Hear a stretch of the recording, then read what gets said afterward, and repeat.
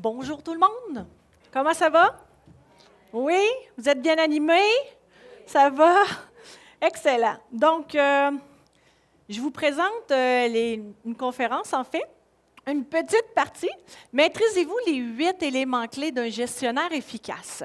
Donc, vous comprendrez qu'avec un thème comme ça, moi, je ne suis pas là pour vous motiver puis vous faire gagner 50 millions. Mais j'ai beaucoup aimé l'exercice. Donc, je vais être là davantage, moi, pour vous présenter, en fait, comment est-ce qu'on peut outiller nos gestionnaires. Je vais juste trouver le fonctionnement. Oui, c'est bon, il faut juste être un petit peu plus forte sur la manette. Donc, est-ce que vous êtes efficace? Est-ce que vous ou votre organisation, comme gestionnaire, est-ce que vous êtes un petit peu comme un chef d'orchestre qui organise une belle symphonie ou est-ce que vous ressemblez un petit peu plus à une cacophonie? Donc, selon le cas, moi-même me considère quand même assez organisée, mais ça arrive qu'on a des journées qu'on est un petit peu plus désorganisées. Donc, je vous donne en fait le résultat. Comme on a dit tantôt, moi, ça fait 16 ans que je suis coaching ou que je fais du coaching de gestionnaire. Et en faisant mon coaching, je me suis aperçue que nos gestionnaires ont une certaine tendance. Et c'est pour ça que j'ai écrit un livre qui s'appelle 50 chirurgies d'un jour pour gestionnaire efficace. Et dans ce livre-là, le constat est le suivant. Au Québec, on est des excellents pompiers. Hein? On éteint des feux, on se revire sur un dixaine et on est vraiment bon. Le problème, c'est qu'au Québec, on a des pyromanes. On allume nos propres feux. Donc, souvent, on part notre journée, des fois pas trop planifiée. Rendu à 2 heures, on dit « Oh my God, notre client de 4 heures, il ne sera pas servi, ça n'arrivera pas, ou le camion ne partira pas à temps, ou peu importe votre style d'organisation. » Et là, on fait des pieds et des mains, on vire de bord tout ce qu'il faut pour que ça soit complètement transparent pour le client. Donc, souvent, on a de l'air, tu sais, le petit canard qui pédale en dessous, là. Donc, on a souvent l'air de ça. Mais par contre, qu'est-ce qu'on vient de faire? Notre client va être content, mais on a allumé notre propre feu. Donc, si en place, la veille, on s'était planifié, ou le matin, plus de bonne heure, on aurait validé qu'on a un client qu'il faut qu'il soit servi à 4 heures, ou qu'on a un camion qu'il fallait qu'il parte à temps, bien, on aurait organisé les choses pour que ça se fasse un petit peu plus doucement. Donc, moi, c'est ce que je veux, c'est vous donner des outils pour qu'on soit davantage proactif plutôt que réactif. Est-ce que l'image est assez puissante pour vous expliquer la différence entre le pompier et le pyromane? Ça va? Excellent. L'autre chose qu'on fait dans nos organisations, il faudrait que j'achète des voyelles, là, ça va aller, c'est qu'on met des plasters, puis on s'entend que ça finit par décoller, ou on attend le moment parfait pour faire la grande chirurgie.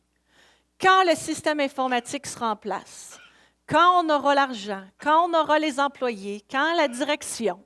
Donc, souvent, ce moment-là n'arrive pas. Donc, moi, je vous propose un juste milieu entre les deux. Et ça s'appelle une chirurgie d'un jour. Donc, au lieu d'attendre, de mettre les petits plasters qui décollent vite fait ou la grande chirurgie, je pense qu'il y a quelque chose à faire entre les deux. Donc, moi, ce que je vous propose, c'est des éléments pour soit être un gestionnaire efficace ou soit pour avoir des gestionnaires efficaces dans votre organisation. Et au travers de la conférence, quand je la donne, je peux la donner en formule conférence, atelier, formation. Je vous propose un autodiagnostic. Donc, imaginez une salle où on a 20 gestionnaires, 50 gestionnaires, 300 gestionnaires et qui tous ensemble font un vote avec le téléphone et qui catégorisent pour chacun des éléments qu'on va voir où est-ce que chacun se situe. Ça nous donne vraiment le pouls. C'est vraiment génial. Donc, ça fait l'autodiagnostic. C'est un outil que j'utilise pour être capable que les gens puissent voter en ligne. Fait qu'au fur et à mesure de chacun des outils, on peut savoir comment les gens se situent par rapport à ça dans le groupe. Donc, parmi les 8 éléments clés, le premier, premièrement, est-ce que vous avez un tableau de bord dans votre organisation? Si ça ne vous dérange pas, je vais juste passer ça. Donc, un tableau de bord, c'est comme un tableau de bord de voiture. Donc, qu'est-ce qu'on a dans notre voiture qui nous donne des indications qui sont relativement intéressantes? La vitesse, l'essence, kilométrage, check engine, ceinture de sécurité, lave-glace, toutes sortes d'affaires. Mais on pourrait fonctionner avec rien de tout ça, mais par contre, ce sera peut-être un petit peu plus dangereux. Donc, ce qui est intéressant, c'est de savoir dans vos organisations, est-ce que vous avez des indicateurs de performance? La plupart, vous allez me dire oui, c'est rendu rare aujourd'hui qu'on n'en a pas. L'autre question, c'est, en avez-vous trop? Et la prochaine, est-ce que ça parle à vos employés? Donc, souvent, si vous me parlez d'un ratio de main-d'œuvre direct sur les ventes, peut-être que ça va plaire à votre banquier, mais je ne pense pas que vos employés vont être bien motivés par ça. Donc, comment est-ce qu'on peut faire pour prendre nos indicateurs, être sûr qu'on ramène tout le bateau du bon bord, du même bord, mais que ça parle autant à la direction qu'aux superviseurs, aux gestionnaires, qu'aux employés. Donc, ça, c'est votre premier élément clé à maîtriser.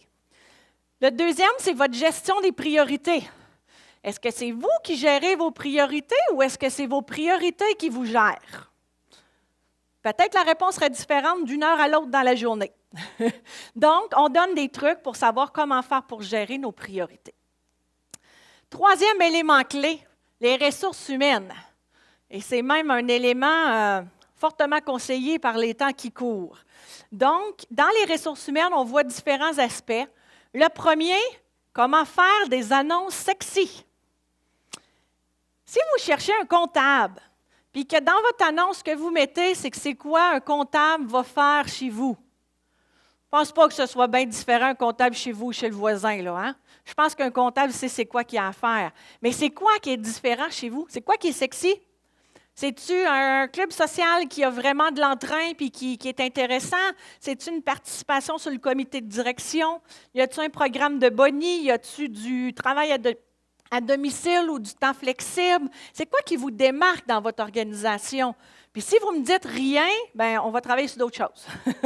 Donc, il faut que vous ayez des choses qui font que vous vous démarquez aujourd'hui pour être en mesure d'aller chercher ces gens-là que vous avez tant besoin. On parle aussi d'intégration de personnel. Comment on fait pour que la première semaine que votre employé arrive chez vous, il ne se sente pas comme un chien dans un jeu de quilles? OK? Donc, c'est hyper important parce que moi, je vous prédis que dans cette semaine-là, son ancien boss, il le rappelle. OK? Donc, comment il va réagir? Il va dire, non, je suis super content de ma décision. Oh my God, ça fait 3 jours, j'avais hâte que tu appelles. J'ai hâte de me retourner. OK? Ensuite, la formation. Comment est-ce qu'on structure votre organisation pour être capable de faire la formation de votre personnel quand il arrive? La polyvalence. Vous avez eu quelque chose sur les intergénérations tantôt? Les jeunes veulent être polyvalents. Ils veulent l'être trop vite, donc il faut organiser les choses, mais il faut leur faire monter les tableaux du jeu vidéo parce qu'ils sont habitués d'avoir ça rapidement. Donc, il faut les former, il faut les rendre plus polyvalents. On parle aussi de méthode de travail et on parle de rétention. Donc, quatrième point. Oui, quatrième point. Ça marche plus. Ça marche. C'est bon. Donc, quatrième point, c'est animer des réunions efficaces. On a beaucoup de réunions, on en a souvent trop. Donc, on vient regarder, est-ce qu'on a les bonnes personnes? Est-ce qu'on a le bon animateur? Est-ce qu'on a un gardien du temps? C'est quoi les fréquences qu'on fait nos réunions? Donc, il y a beaucoup d'éléments, il y a une dizaine d'éléments qu'on vient regarder pour s'assurer d'avoir les bonnes réunions. Cinquième élément clé, c'est ce qu'on appelle des stand-up meetings. En levant la main, qui connaît c'est quoi un stand-up meeting? Oui, c'est un petit peu connu, mais de plus en plus, vous allez voir ce mot-là. Les stand-up meetings, c'est 5 à 10 minutes, debout. Ça peut être à tous les jours, une fois par semaine, avec vos équipes, où vous allez vraiment discuter quelles sont les priorités, exemple de la semaine. C'est quoi les résultats de la semaine passée? On a-tu eu des félicitations? On a-tu eu des problèmes de qualité? C'est là que vous pourrez faire de la reconnaissance à vos équipes aussi. Donc, c'est hyper performant. Si vous ne connaissez pas encore les stand-up meetings, là, je vous le recommande. Walmart, peut-être, ça se peut. Il y a beaucoup d'entreprises qui ont commencé à le faire.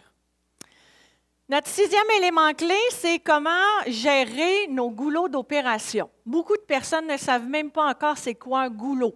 Donc, on explique qu'est-ce qu'un goulot. Et le goulot, normalement, là, c'est l'endroit là, dans vos opérations là, où il y a comme un petit décalage. Là. Ça prend plus de temps que les autres étapes. Et on apprend à connaître comment faire pour le débourrer. Parce que souvent, c'est ça qui freine la croissance de votre organisation. Et on se fait un plan de match pour chacun des postes possibles pour dire, bien ça, quand ça arrive, qu'est-ce qu'on fait? Pour pas que le gestionnaire aille à intervenir à chaque fois et que ça puisse se faire tout seul au fur et à mesure qu'on a atteint certains paramètres. Notre 7e élément clé, c'est ce qu'on appelle les Kaizen. Kaizen, c'est quand on réunit des gens autour d'une même problématique pour venir trouver des solutions. Ça va être la définition simple. Donc, sinon, comment on gère vos projets d'amélioration, les idées que vos employés ont dans l'organisation? Donc, on venait venir voir c'est quoi leurs irritants, c'est quoi les problématiques qu'on vit, mais surtout les impliquer pour trouver des solutions.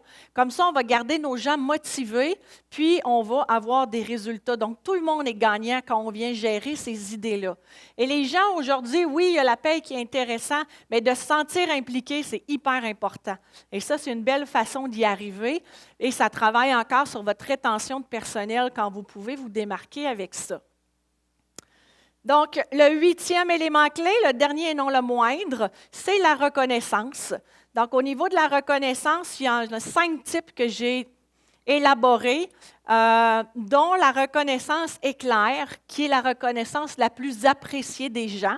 Il y en a différents, puis ça, bien, on les voit les 5 parce que selon les personnalités des gens, il y en a qui favorisent un plutôt que l'autre. Donc, durant la conférence, on vient expliquer l'ensemble de ces 8 facettes-là pour être capable de faire de la reconnaissance efficacement. Et ça, c'est bon autant avec notre équipe, nos employés, qu'avec nos fournisseurs, avec nos collègues, nos patrons. Donc, tout ça nous amène à faire notre autodiagnostic.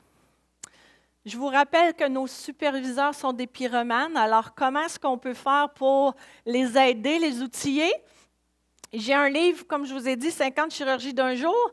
C'est des petites capsules de 2 à 8 pages maximum qui vous permettent d'aller chercher des trucs super intéressants. Et ce n'est pas un livre à lire en 3 jours, vous allez avoir mal au cœur. C'est un livre à lire une fois par semaine, une petite capsule avec vos équipes. Puis, vous allez être en mesure, au bout d'un an, d'avoir mis des choses en place parce qu'il y a un défi à la fin de chacune des capsules. Et ça vous donne 2 semaines de vacances au bout des 50 semaines. Alors, sur ce, si jamais ça vous intéresse, autant la conférence que le livre, je suis à la table également en sortant ici. Ça me fera plaisir d'échanger avec vous et de vous faire une dédicace si vous voulez le livre. Merci.